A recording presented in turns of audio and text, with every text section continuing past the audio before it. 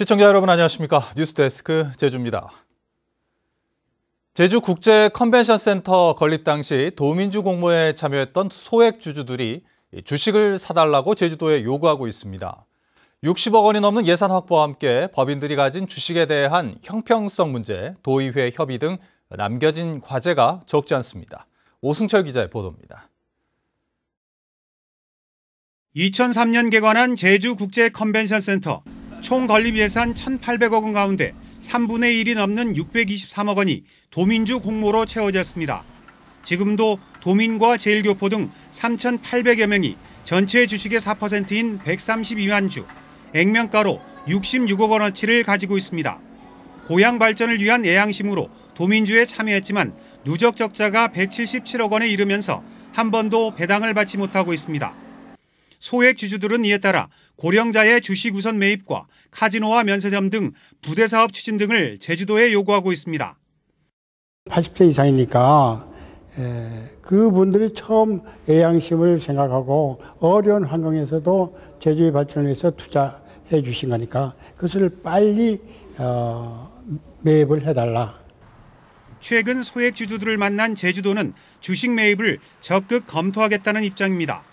하지만 지난 2006년 컨벤션 센터가 소액 주주 주식 매입에 나섰다 주주평등 원칙 때문에 법원에서 제동이 걸렸던 전례가 있고 액면가로 살지 아니면 평가를 거쳐 매입 가격을 결정할지도 고심거리입니다. 법률적인 부분이라든지 예산 부분이라든지 그리고 형평성 문제라든지 등등 해서 그런 것들을 검토해야 될 것으로 생각을 하고 있습니다. 제2 컨벤션 센터 건립 공사가 올해 말 시작되는 만큼 제주도는 소액 주주 문제를 가급적 이른 시일 안에 매듭 지을 방침입니다. MBC 뉴스 오승철입니다. 제주 국립공원 확대 지정이 연기될 것으로 보입니다. 환경부는 중산간과 우도 지역 주민들이 재산권을 침해당한다며 반발하자 당초 8월까지 마무리할 예정이었던 국립공원 지정 타당성 조사를 연기하는 방안을 검토하고 있습니다.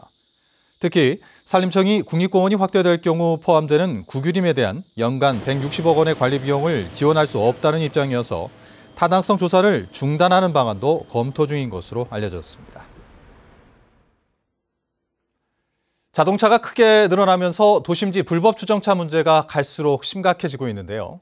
스마트폰을 이용해 누구나 쉽게 신고할 수 있는 시민신고제가 이달부터 대폭 강화돼 주정차 문제 해결에 도움이 될지 주목됩니다. 김찬영 기자가 보도합니다.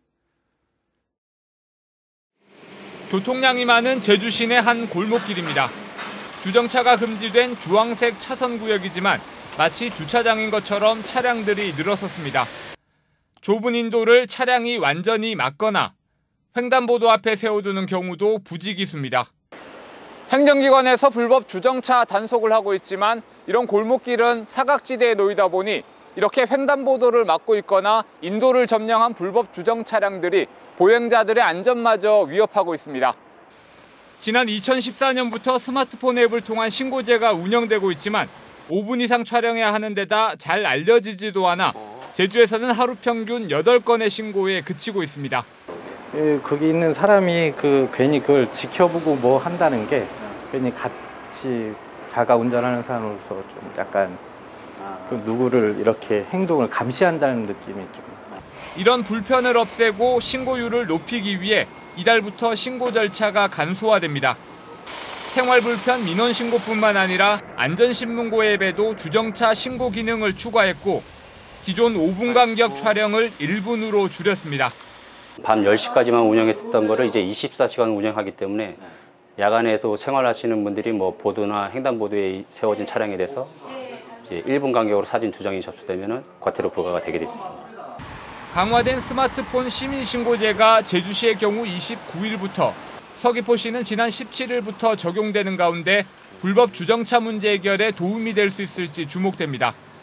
MBC 뉴스 김찬년입니다. 수산물 어획량이 줄어든 데다 위판 단가도 낮아 어민들이 어려움을 겪고 있습니다. 제주도에 따르면 지난달 도내 수협에서 위판된 수산물은 1,479톤으로 지난해 같은 달보다 33% 감소했고 위판액은 150억 원으로 50억 원 줄었습니다. 어종별 위판량은 고등어가 67톤으로 87% 급감했고 갈치 358톤, 참조기 56톤으로 40% 이상 줄었습니다. 또한 지난해 어획량이 늘면서 비축된 갈치와 참조기 물량이 많아 위판 가격이 10에서 20% 정도 낮게 형성되고 있습니다. 올해 1분기 제주 지역 순유입 인구가 지난해보다 크게 감소했습니다. 통계청에 따르면 올해 1분기 제주 순유입 인구는 753명으로 지난해 같은 기간 3,100여 명의 4분의 1 수준에 그쳤습니다. 한편 지난달 제주 순유입 인구는 527명으로 지난 1월 90명, 2월 136명에 비해 크게 늘었습니다. 4.27 판문점 선언 1주년을 기념해 통일을 염원하는 문화제가 열렸습니다. 6.15 공동선언 실천 남측위원회 제주본부는 제주시 벤처마루 앞에서 우리 자주봄을 주제로 통일 문화제를 열고 판문점 선언 1주년 기념 영상 상영과 노래 공연, 율동 공연 등을 진행했습니다. 위원회 상임대표 임문철 신부는 개회사에서 판문점 선언을 통해 남북관계가 크게 진전됐다며 남북 두 정상의 한라산 방문과 서울 남북 정상회담 개최를 염원한다고 밝혔습니다. 어제 저녁 7시쯤 서귀포시 중문동의 4층짜리 다세대 주택 1층 화장실에서 불이 나 화장실 내부 일부를 태운 뒤 자체 진화됐습니다. 화재 당시 인명피해는 없었지만 주민 10여 명이 대피하는 소동이 벌어졌으며 소방당국은 휴지통에 버려진 담배꽁초에서 불이 시작된 것으로 보고 정확한 화재 원인을 조사하고 있습니다. 제주지방법원 형사 1단독 최성문 판사는 면허 없이 문신 시술을 한 혐의로 기소된 30살 김모 씨에게 징역 2년에 집행유예 3년을 선고하고 120시간의 사회봉사를 명령했습니다. 김 씨는 지난해 5월 제주 시내 한 사무실에서 17만 원을 받고 문신 시술을 하는 등 2017년 11월부터 지난해 6월까지 58회에 걸쳐 의사 면허 없이 불법으로 문신 시술을 한 혐의로 재판에 넘겨졌습니다. 제주 앞바다에 가라앉은 파력발전기가 5개월 만에 인양됩니다. 한국해양과학기술원 선박해양플랜트 연구소는 지난해 12월 제주시 한경면 앞바다에서 침몰한 파력발전기를 끌어올리기 위해 인양업체를 선정하고 다음 달부터 인양 작업을 시작하기로 했습니다. 침몰된 파력발전기는 현재 기울어진 채 바닥에 박혀 있으며 경유와 유압류 800여 리터가 들어 있습니다. 술을 마신 채 선박을 운항하는 행위가 여전한 것으로 나타났습니다.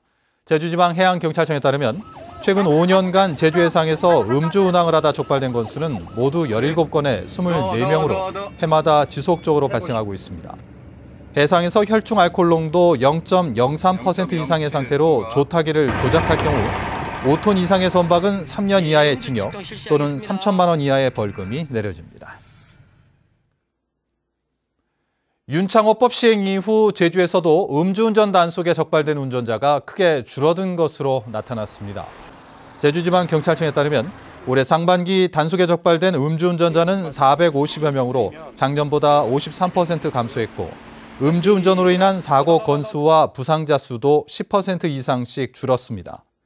사람을 다치게 한 음주운전자에 대한 처벌 수위를 높인 이른바 윤창호법은 지난해 12월 시행됐으며 오는 6월 25일부터는 단속 기준도 0.05%에서 0.03%로 강화됩니다. 뉴스데스크 제주를 마칩니다. 시청해주신 여러분 고맙습니다.